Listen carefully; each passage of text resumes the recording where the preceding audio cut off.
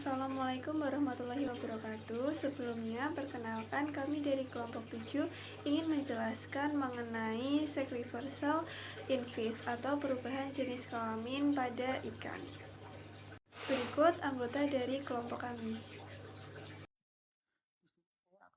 PPT slide 22 hingga 23, yaitu pembalikan jenis kelamin pada ikan.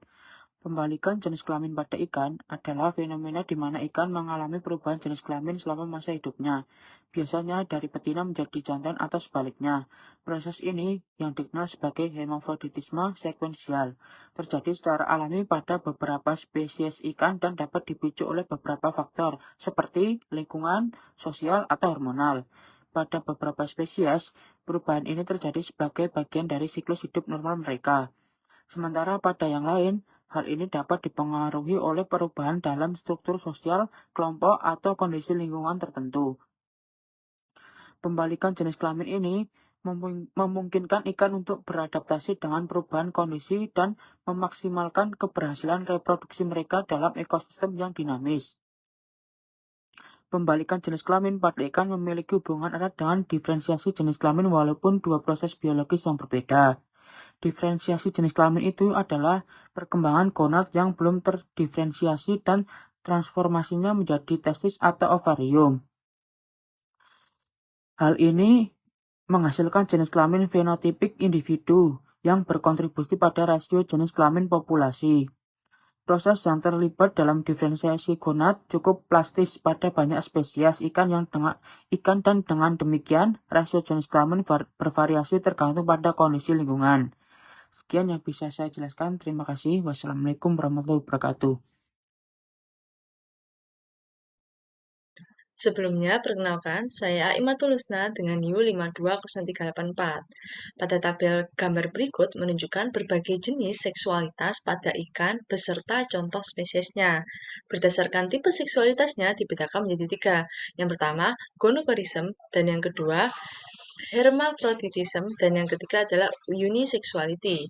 Nah, gonokorism sendiri merupakan ikan yang memiliki jenis kelamin terpisah antara jantan dan betinanya. Gonokorism sendiri dibedakan menjadi 2, yaitu diferensiasi dan juga tidak diferensiasi. Diferensiasi sendiri merupakan kelamin jantan dan betina berkembang secara jelas dari gonad yang berbeda sejak awal.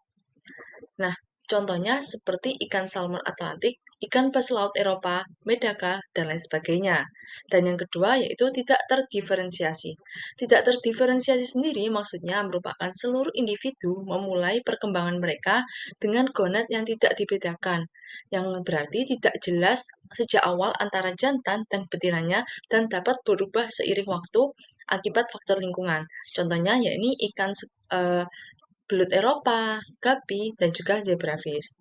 Dan yang kedua, kita membahas tentang hermaphroditism, merupakan ikan yang dapat mengubah jenis kelaminnya selama hidupnya. Nah, hermaphroditism ini dibedakan menjadi 3, yaitu menjadi 2, sekuensial dan juga simultan. Sekuensial sendiri dibedakan menjadi 3, yaitu protandri, protogini, dan juga bidirekreasional. Protandri sendiri merupakan ikan yang pertama kali memanfaatkan produksi sebagai jantan dan kemudian berubah menjadi betina. Jadi yang semula dia jantan berubah menjadi betina. Contohnya merupakan ikan glithead. Dan yang kedua yaitu protogini, merupakan ikan yang semula betina berubah menjadi jantan. Contohnya merupakan ikan kamen Pandora. Dan yang terakhir, bidirekreasional, merupakan ikan yang dapat beralih bolak-balik antara jantan dan betina sepanjang hidupnya. Hal ini tergantung kebutuhan lingkungan dan juga kondisi populasinya. Contoh dari ikan jenis ini merupakan Okinawa Rabel Gabi. Dan yang kedua yaitu simultan, merupakan kedua alat kelamin pada saat yang sama dapat berfungsi secara bersamaan atau bergantian. Hal ini tergantung pada kebutuhan reproduksinya. Contohnya merupakan ikan black spot seaboom. Dan seksual tipe yang ketiga merupakan uniseksualitas, merupakan ikan yang dapat bereproduksi dengan satu jenis kelamin saja. Uniseksuality ini dibedakan menjadi dua, yaitu gynogenesis dan juga hybridogenesis. Gynogenesis sendiri merupakan ikan yang hanya menggunakan gamet betina untuk reproduksinya. Contohnya yaitu ikan moli Amazon, dan hybridogenesis merupakan reproduksi yang dilakukan melalui persilangan. Maksudnya, dalam proses ini, keturunan yang dihasilkan hanya membawa materi genetik dari salah satu induknya saja, dan biasanya merupakan dari indukan betina. Sedangkan materi genetik dari jantan tidak diteruskan secara penuh ke generasi berikutnya. Contohnya merupakan ikan guatopote.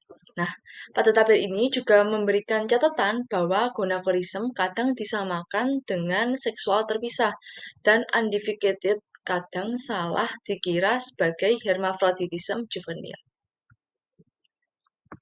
Slide ini menjelaskan tentang gonochorism, yaitu spesies dengan jenis kelamin terpisah antara jantan dan betinanya, di mana setiap individu hanya berfungsi sebagai jantan, yaitu penghasil sperma, atau hanya sebagai betina, sebagai penghasil telur, di mana lebih dari 90% spesies ikan merupakan termasuk gonochorism.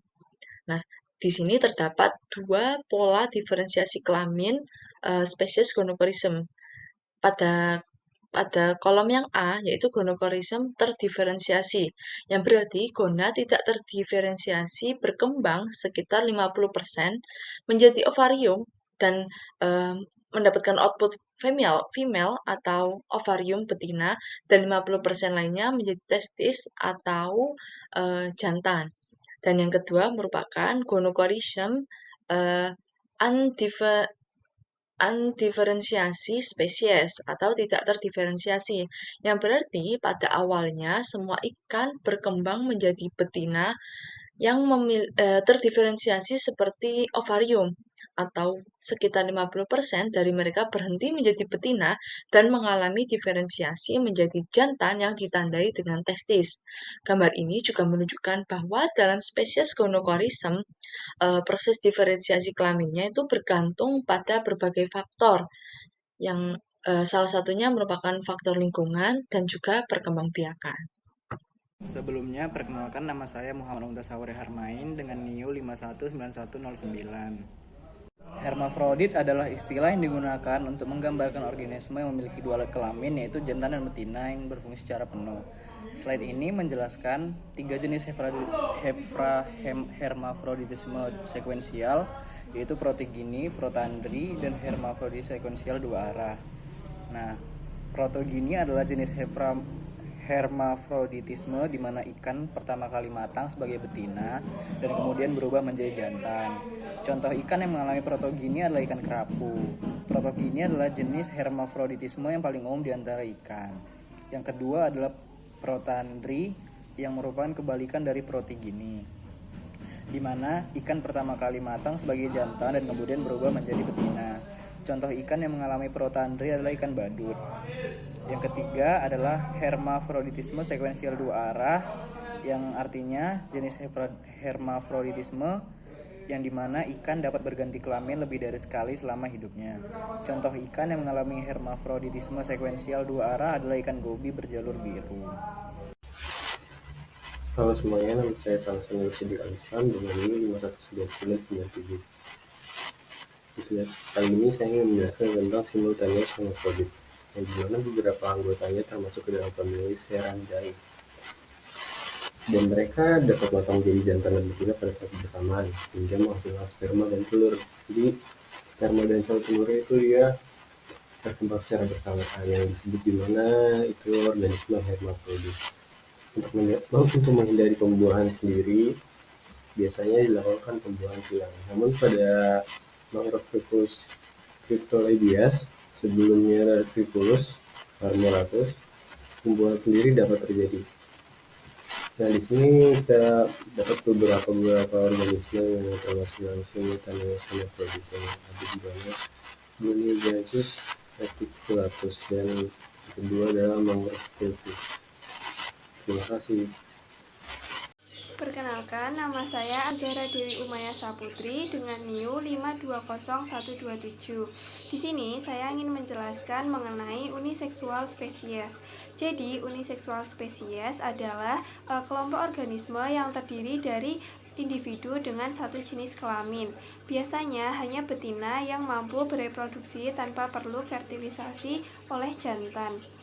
Uniseksual spesies ini sering ditemukan pada ikan, amfibi, dan reptil dengan sekitar 100 spesies yang dikenal menggunakan bentuk reproduksi ini. Reproduksi pada spesies ini umumnya terjadi melalui mekanisme partogenesis, yaitu perkembangan embrio dari sel telur tanpa pembuahan. Bentuk-bentuk partenogenesis ini dapat mencakup ginogenesis dan juga hibridogenesis. Dalam ginogenesis, meskipun sperma diperlukan untuk memicu perkembangan embrio, materi genetiknya tidak ikut berkontribusi, sehingga embrio hanya mengandung kromosom dari induk betina. Contohnya terdapat pada spesies Amazon molly.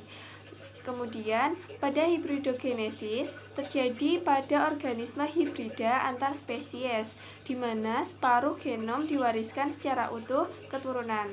Sementara separuh lainnya dibuang selama proses pembentukan gamet. Contohnya pada spesies Poeciliopsis. Sebelumnya, perkenalin, nama aku Fitri Aisyah Nurjana dengan NIU 520248. Pada slide ini aku akan menjelaskan tentang steroidogenik. Steroidogenik itu merupakan jalur biokimia kolesterol berubah menjadi seks utama. Pada proses ini tuh terlibat enzim dan hormon. Nah, kalau untuk enzim yang terlibat pada proses ini tuh enzim aromatase yang merubah androgen menjadi estrogen. Kemudian hormon yang terlibat pada proses ini tuh adalah hormon progestagen, androgen, dan estrogen. Kemudian pada slide selanjutnya ini saya akan menjelaskan tentang pengendalian endokrin. Bisa dilihat gambar di samping itu. Gambar di samping itu menjelaskan tentang kontrol hormonal dari proses diferensiasi seks kelamin, menunjukkan bagaimana gen dan sinyal hormonal itu bekerja sama untuk menentukan perkembangan testis dan ovarium. Kemudian di situ kan ada DMRT1 kan. Itu DMRT1 itu apa sih? Nah, DMRT1 itu merupakan gen penentu seks jantan. Nah, aktivitas DMRT1 ini sangat menentukan bagaimana diferensiasi testis. Kemudian di situ ada keterangan CYP19A. Nah, CYP19A ini sangat mempengaruhi pembentukan estrogen atau E2 yang mengarah pada diferensiasi ovarium. Kemudian dari keseluruhan proses ini tuh diatur oleh faktor lingkungan seperti kayak suhu, air, faktor genetik, dan aktivitas enzimatis yang menentukan apakah suatu organisme akan berkembang menjadi jantan atau betina. Perkenalkan, nama saya Muhammad Dahwa Wardana dengan NIU 519973. Bisa dilihat di sini adalah abstrak dari sebuah penelitian yang mengungkapkan hubungan antara suatu lingkungan dan rasio jenis kelamin pada ikan bas laut Eropa. Penelitian ini menunjukkan bahwa rasio jenis kelamin pada ikan dipengaruhi oleh suhu selama tahap perkembangan awal. Ikan bas laut merupakan contoh spesial di mana rasio jenis kelamin yang ditentukan oleh suhu menjadi penting. Dalam penelitian ini, ditemukan bahwa ikan yang berkembang dalam suhu tinggi lebih cenderung menjadi jantan. Sementara ikan yang berkembang pada suhu yang lebih rendah memiliki kemungkinan lebih besar untuk menjadi betina. Namun, mekanisme yang mendasari hubungan ini tetap menjadi misteri hingga penelitian ini dilakukan. Pada penelitian ini berfokus pada gen CYP19A yang mengkode enzim aromatase. Enzim ini bertanggung jawab untuk mengubah androgen menjadi estrogen, hormon yang penting untuk perkembangan betina. Mereka menemukan bahwa ikan jantan yang berkembang pada suhu tinggi memiliki tingkat metilasi DNA yang lebih tinggi daripada promotor gen CYP19A dibanding betina yang berkembang pada suhu lebih rendah. Metilasi DNA adalah proses epigenetik yang dapat mematikan atau menurunkan ekspresi gen tanpa mengubah urutan DNA itu sendiri. Dalam konteks ini, peningkatan metilase di promotor CYP19A menyebabkan penurunan ekspresi aromatase yang kemudian mengurangi produksi estrogen, sehingga lebih banyak ikan berkembang menjadi jantan. Penelitian ini juga menunjukkan bahwa perubahan suhu memengaruhi metilasi di jaringan gonad, tetapi tidak di jaringan otak, yang berarti mekanisme maskulinisasi terjadi di gonad.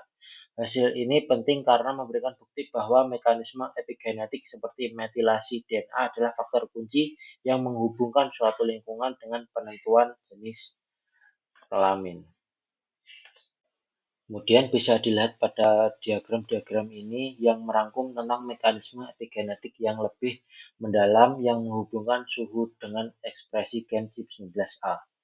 Pada panel sebelah kiri kita bisa melihat bahwa metilasi DNA pada betina dan jantan lebih tinggi pada suhu tinggi dibanding dengan suhu rendah. Pada panel ini terlihat perbedaan signifikan antara tinggi metilasi pada betina dan jantan, di mana jantan mengalami metilasi yang jauh lebih tinggi di suhu tinggi. Kemudian pada panel yang tengah menunjukkan bahwa pada betina ekspresi CYP19A menurun secara signifikan pada suhu tinggi. Di sini grafis menunjukkan bahwa betina yang dipaparkan ke suhu tinggi memiliki ekspresi CYP19A yang jauh lebih rendah dibandingkan dengan betina pada suhu rendah, yang mendukung temuan bahwa metilasi DNA menghambat ekspresi gen ini. Dalam penelitian ini ditunjukkan dalam panel sebelah kanan atas, percobaan dengan gen CYP19A menunjukkan bahwa ketika promotor gen tersebut mengalami metilasi, aktivitas gen jauh lebih rendah. Ketika dua faktor transkripsi FOXXL2 dan SF1 ditambahkan, ekspresi gen meningkat secara signifikan pada kelompok kontrol yang tidak termetilasi, tetapi ekspresi tetap rendah pada kelompok yang termetilasi. Hal ini menunjukkan bahwa metilasi DNA menghambat kemampuan faktor-faktor transkripsi untuk mengaktivitas ekspresi CYP19A.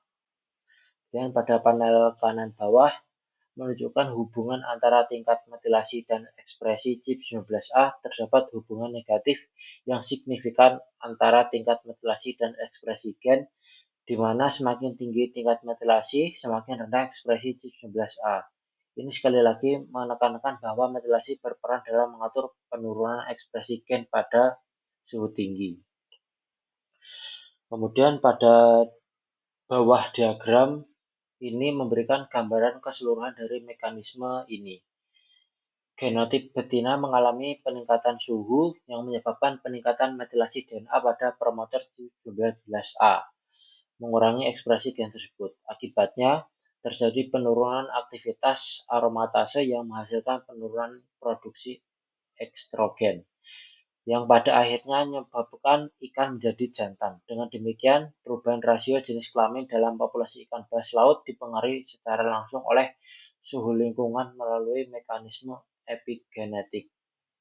Hasil ini menunjukkan pentingnya suhu dalam penentuan jenis kelamin pada spesies yang memiliki temperatur department sex determination, atau penentuan jenis kelamin yang tergantung pada suhu, di mana modifikasi epigenetik seperti metilasi DNA memainkan peran sentral dalam mengatur ekspresi gen yang penting bagi perkembangan gonad. Sekian penjelasan dari kelompok kami. Apabila terdapat kurang lebihnya, kami mohon maaf sebesar-besarnya. Terima kasih. Wassalamualaikum warahmatullahi wabarakatuh.